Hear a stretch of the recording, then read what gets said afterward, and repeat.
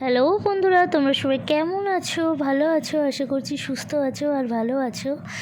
তো আমাদের মন্দিরা বৈশাখী কুকিং চ্যানেলে তোমাদের সকলকে স্বাগত। আর আজকে আমার ফার্স্ট ব্লগ রান্নার যে ব্লগটা সেটা আজকে ফার্স্ট। আর আজকে আমি শুরু করছি রান্নার ব্লগটা হচ্ছে ফুলকপির রোস্ট দিয়ে।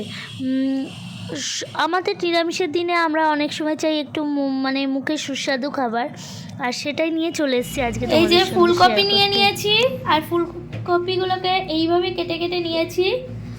আর এই যে এইখানে আছে পোস্ত বাটা, পোস্ত, কাঁচা বাদাম, কাজু বাদাম আর কিশমিশ, এই চারটে একসঙ্গে বেটে নিয়েছি আমি। আর মশলা কী কী দেবো সেটা তোমাদেরকে অবশ্যই জানাবো। আর এই দেখো কড়াই বসিয়ে নিয়েছি, আর কড়াইটাকে একটু গরম হতে দেবো। আর এইদিকে হচ্ছে জল গরম বসিয়ে দিয়েছি, জল গরম হচ্ছে, যদিও পুরো জলটা আমার কাজের নয়। এই যে এইদিকে শিউলি হাসছে, এই দেখো, হাসো শিউলি, একটু হাসো। ওই জলটা আমি দিয়ে দিচ্ছি সাদা তেল, যেহেতু আমার গ্যাস অম্বলের প্রবলেম তাই আমি সাদা তেল দিয়ে করি। তোমরা চাইলে সর্ষের তেল দিয়েও করতে পারো। কড়াইয়ে তেল গরম হয়ে গেছে, এবার আমি গরম মশলা দিয়ে দিচ্ছি, এই যে, আর সঙ্গে একটা শুকনো লঙ্কা। বেশি দেবো না, আমার ঢালে মুশকিল হয়ে যাবে। হালকা পাঁচফোড়ন, সামান্য একটু পাঁচফোড়ন দিয়ে দিচ্ছি।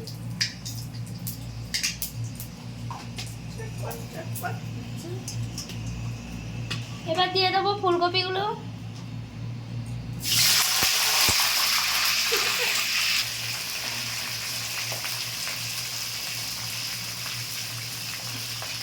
লবণ দিয়ে দেবো,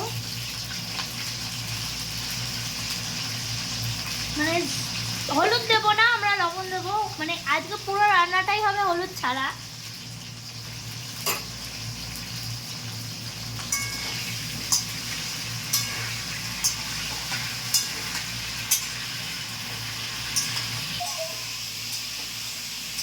এই যে ফুলকপিগুলোকে কিছুটা ভেজে নেবো।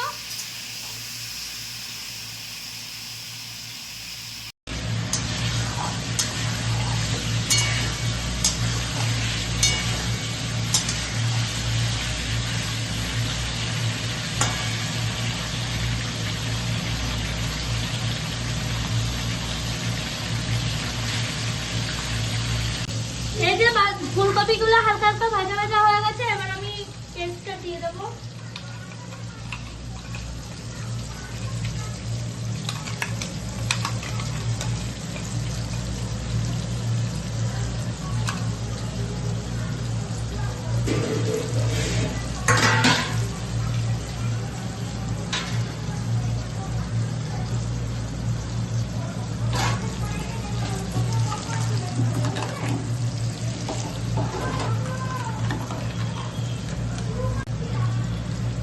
আর এই জলটাও দিয়ে দিলাম বাটিটা ধুয়ে।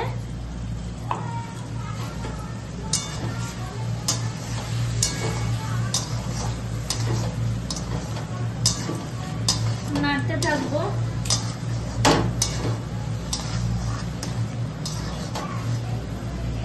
একটু নাড়ার পর বাদবাকি মশলাগুলো দেবো।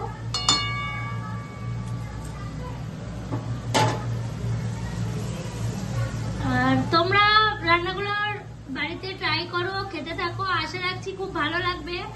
আর যদি ভালো লাগে রান্নাগুলো খেয়ে বানানোর পর, তাহলে চ্যানেলটিকে শেয়ার করে দিও, যাতে আরো অনেকে এই রান্নাগুলোকে দেখতে এবং রান্না করে খেতে উৎসাহ পায়। আর একটু পছন্দ যদি হয় তাহলে লাইক করে দিও, একটা করে কমেন্ট করো, তাহলে বুঝতে পারবো আমার ভালোবাসার মানুষগুলো কেমন লাগছে রান্নাগুলো।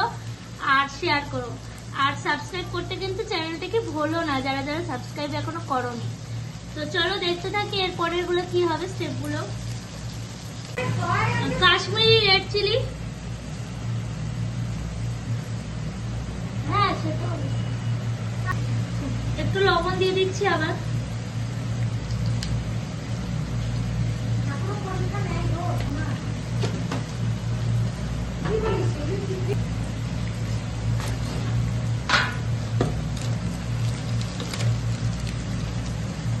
একটু ধনের গুঁড়ো,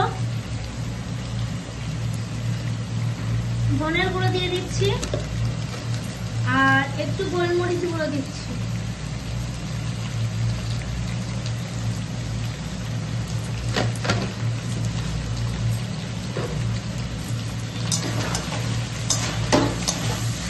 আচ্ছা, কেউ কেউ যদি মনে করো চিনি দিতেও পারো, আবার নাও দিতে পারো। চিনিটা অনেকেই খেতে চায় না তরকারিতে, তো তাদের জন্য বলবো চিনি না দিয়েও তরকারি রান্না করলেও হবে।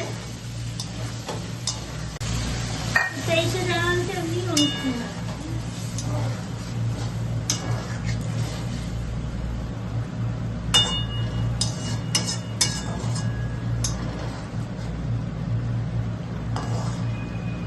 হালকা গরম জল দিয়ে দিয়েছি, এবার এটাকে হালকা ফুটতে দেবো।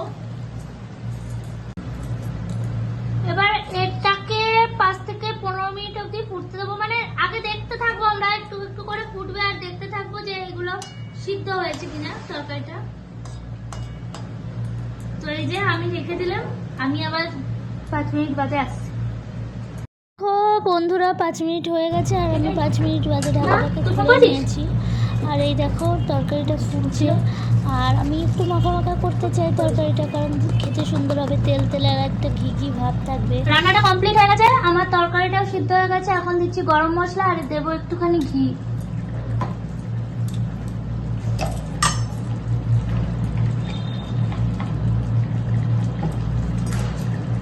এই যে দিয়ে দিচ্ছি এবার ঘি। ঘি দিলে তো আমার সবকিছুতে মনে হয় একটু টেস্ট যেন বেশি হয়ে যায়। তো রান্নাটা কেমন লাগলো তোমরা সবাই বলবে কমেন্টের মাধ্যমে, আর যদি ভালো লাগে একটা লাইক করে দিও, আবারও বলছি। আর চলো এবার এটাকে একটু নেড়ে চেড়ে নামিয়ে নিই। হ্যাঁ বল বল, হ্যাঁ বল। এই দেখো বন্ধুরা, এবার আমি আস্তে আস্তে তরকারিটা নামিয়ে নেব।